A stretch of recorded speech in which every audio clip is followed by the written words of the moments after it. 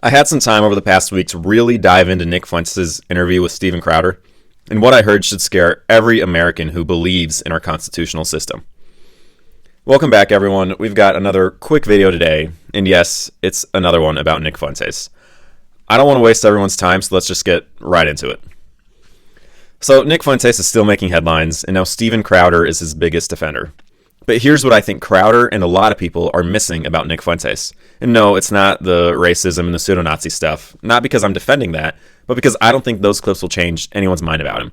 Many of his followers like him specifically because he isn't afraid to say those things, and they think it's funny, quite frankly.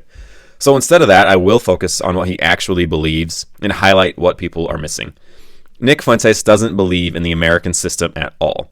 He believes in authoritarianism wrapped in right-wing language. Liberty is not the highest political virtue. The highest political virtue is order. That is the greatest ordering principle. That is the greatest governing principle, order.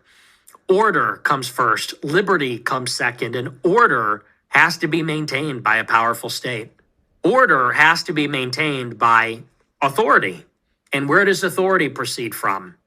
Force, guns, overwhelming force, power that comes out of the end of a rifle. Now, I think that this idea that order comes before liberty is the most harmful idea to come from Fuentes. Because of that, I will fault Crowder for not pushing back more strongly when he showed a clip of Fuentes talking about his preferred system of government. And keep in mind, Fuentes routinely waters down his rhetoric during interviews to sound more rational. But really, he's saying the same thing here, just much softer language. And I do see some rhetoric, not just from you, but from some people who sort of dismissive that is disconcerting. I'd like to roll a clip on this and then give you the floor to clarify, because we probably actually agree more than we disagree. Sure. There's this question of our government has no efficacy and it's not responsive to the needs or the wants of the people. So it's not really a democracy, and it also isn't working. So what do you do in that situation? Well, people start to say, and this is, as you know, this is the natural evolution of things. The people cry out for a tyrant. The people cry out for a dictator. Give us change. Give us reform.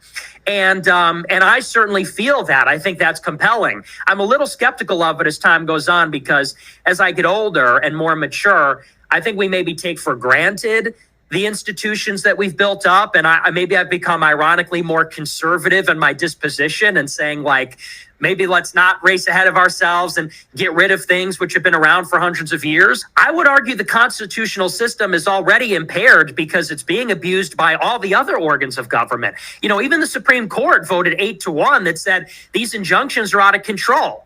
And you've got these like procedural things in the Senate, the filibuster. The president can't fire as many people as he'd like to fire without all this oversight. It's like, we do need an executive organ of government. So I would say that we should start with a more powerful president. And I would not be opposed to, something like a king that sits over the presidency. I think that maybe they didn't get it wrong, but I think maybe we've outgrown a lot of those considerations. I'll even go as far as to say something like the Second Amendment. I mean, and maybe I'd get criticized for this, but I'm just free thinking here. Ideally, you would want a society that is so orderly. Do you really want people running around with guns all the time? I mean, I know the argument about, and I am pro Second Amendment, I have guns, but something like that, it's like that is a clear instance where the left kind of makes a point about how we've outgrown some of the things that are in there. I'm going to get a lot of shit for saying that, but I just think that's true. In like a modern city, should everybody be packing heat like that? I mean, ideally, you'd have so much public order, it wouldn't be necessary. So let's be clear about what Nick is actually arguing for. He wants government built on control, power concentrated at the top. When you put those two clips together, it's unmistakable. Nick wants a strong executive, maybe even a king, who can enforce order at the end of a rifle. Of course, Nick waters down his language in the second clip and claims that he, maybe doesn't want to throw everything away. But this is just an example of Nick trying to sound more reasonable in interviews while being far more radical on his show. Instead of focusing on the role of the state, Crowder allowed Fuentes to shift the conversation entirely to gun control.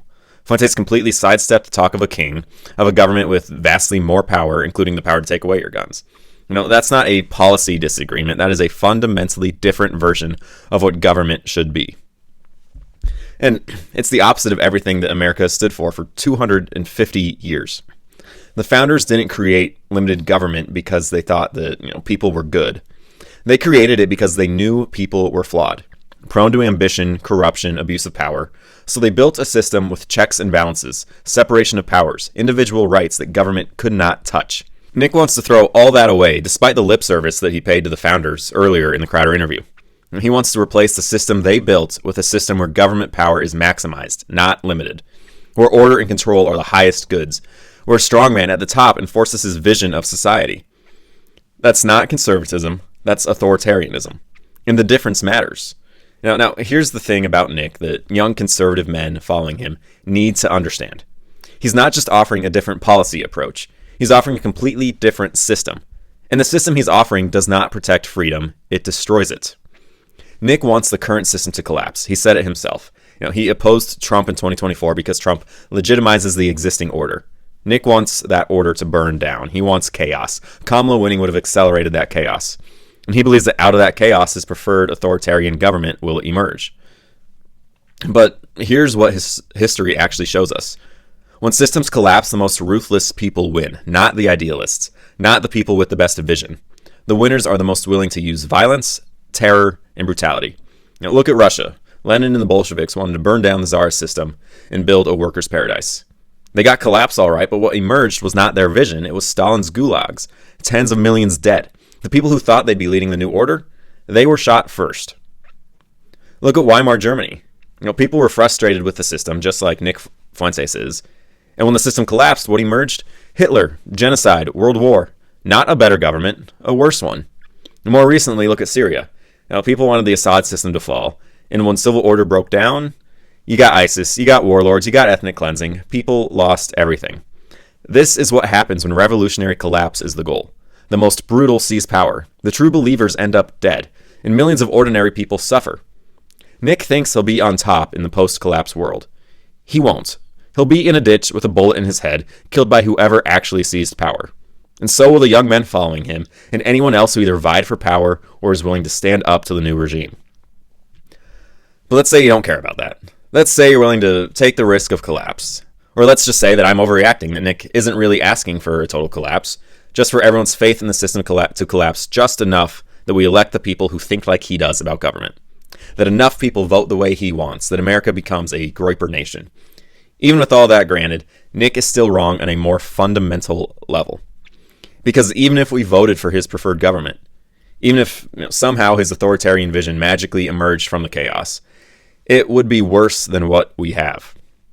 And I know that might sound crazy if you're frustrated with the current system. The government does abuse its power sometimes. Laws are unjust sometimes. The system is corrupt in a lot of ways. I get it. But here's what the founders understood that Nick apparently doesn't. Concentrated government power always leads to tyranny. It's not a theory, it's a historical law. The more power you give to government, the more government uses it. And the less protection you have for your individual liberty, your family autonomy, your freedom of conscience. That's why the founders built limited government. It wasn't a compromise or a weakness. It was the solution to humanity's oldest problem. How do you organize society so that power doesn't concentrate and destroy freedom? They said that you limit government power. You separate it into 3 branches so no one branch gets too strong. You create federalism so power stays close to the people. You protect individual rights that government cannot touch. Freedom of speech, freedom of conscience, freedom of association, property rights. Is the system perfect? No. Has it been corrupted over time? Sure. The executive branch is way too big, so big that the president can't even control it anymore. But the solution isn't to throw it away and hope that the authoritarian is nice to your people. The solution is to restore limits on government power that made America exceptional in the first place. Because here's what limited government actually does. It protects the things you care about. Government isn't there to force, it's there to protect. Your family? Limited government means that the state doesn't own your kids or have the final say on how you raise them. It protects your primary authority to form your household, pass on your faith, and shape your kids' values. Nick's authoritarian model flips that. The state decides what a proper family looks like, what children are allowed to learn, which beliefs are permitted. That's not restoring order, that's handing parental authority over to politicians and bureaucrats. A proper social order is built from the ground up, families, churches, communities, not imposed from the top down by a centralized state. Your faith? Limited government means you can practice your religion freely, and the government can't interfere. Nick's authoritarian government? The government decides which religions are acceptable, which is why he's talked in the past about a Catholic state. And although, to be fair, he did walk that back in the Crowder interview, but either way, a government with power to enforce the right religion has the power to destroy yours. Your property and livelihood? Limited government means that you own what you earn, and the government can't arbitrarily take it. While Nick praises New Deal-style central planning and government control of the economy, he says that he wants a New Deal type of system brought back in America. That means the state decides what jobs exist, what you're worth, where resources go. Your freedom to speak and think? Limited government protects that. Authoritarian government crushes it. You think you can criticize a king? You think dissent is tolerated? Not a chance. So Nick is selling you something that sounds appealing. Strong leadership, order, national greatness. But his vision of that destroys every freedom that you actually care about. Now, I want to be direct with the young men who are watching this and who have either bought in or been tempted by Nick's message. I get the appeal. Now, you've been told your whole life that you're the problem. White Christian men are blamed for everything. The system is corrupt and doesn't represent you. You feel powerless. And Nick comes along and says, you're right. The system is broken, and we're going to burn it down and build something better. That's appealing. I understand why you follow him. Nick would tell you, as he said to Crowder, that he's not asking for tyranny. He says he wants order and freedom, rights protected, but with a strong leader who can enforce the social order. And I think he genuinely believes that that's possible. But here's why he's wrong. You can't build a system based on control at the end of a rifle and expect it to respect your freedoms. The moment your freedom threatens order, the moment you criticize the leader, challenge the social rules, or just live differently than the regime wants, your freedom disappears. Order is important, but order must be beholden to a higher power. That higher power must be liberty and freedom, so that the order is in service to liberty and freedom, so that order and control used advances liberty and freedom for everyone living underneath the system. If it's not, freedom disappears. That's not a hypothetical. That's how every system built on control at the end of a rifle has worked throughout history. The leaders always promise order and freedom. They'll always say, trust us, we'll protect your rights. And they always end up crushing those rights the second they become inconvenient. Nick's positions are internally contradictory. He can't have both freedom and order at the end of a gun. And whether he realizes it or not, what he's actually offering you is not power, but enslavement. Not freedom, but tyranny. Not a path forward, but collapse and suffering. The path forward isn't revolution. It's restoration. It's taking the principles that made America exceptional. Limited government, individual liberty, constitutional order, and fighting to restore them. It's winning elections. It's passing better laws. It's organizing locally and building real power through democratic means. From the ground up, not top down. Start local. Change your community. Then your state, then the nation. That's how you change minds and win hearts. Is that slower than revolution? Yes. Is it harder? Yes. Does it require patience and working within a system that frustrates you? Absolutely. But it actually works. It actually protects freedom. And it actually builds something that lasts. Nick wants you to burn it all down and hope something better emerges. History says that never works, and millions of people end up suffering in the process. So here's the choice in front of you. Nick Fuentes is telling you to accelerate the collapse of America so that his preferred authoritarian government can rise from the ashes.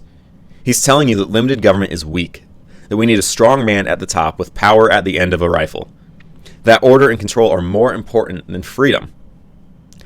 I'm telling you that limited government, the actual conservative tradition, the American tradition that the founders envisioned, is the only proven system that protects your freedom, prosperity, and the things that you care about. It's not perfect, but it works, and it's worth fighting for.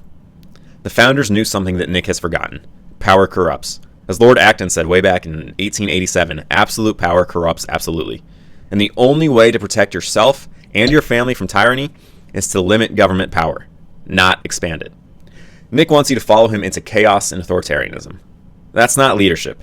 That's a death wish wrapped in edgy rhetoric. If you care about America, if you care about freedom, if you care about your family, you need to reject Nick Fuentes and everything that he stands for. Because limited government isn't weakness. It's the only system in history that's actually proven to protect liberty across generations. And it's worth saving, or else you may end up in a ditch with a bullet in your head. Thanks for sticking around and watching. Hit like, subscribe for more.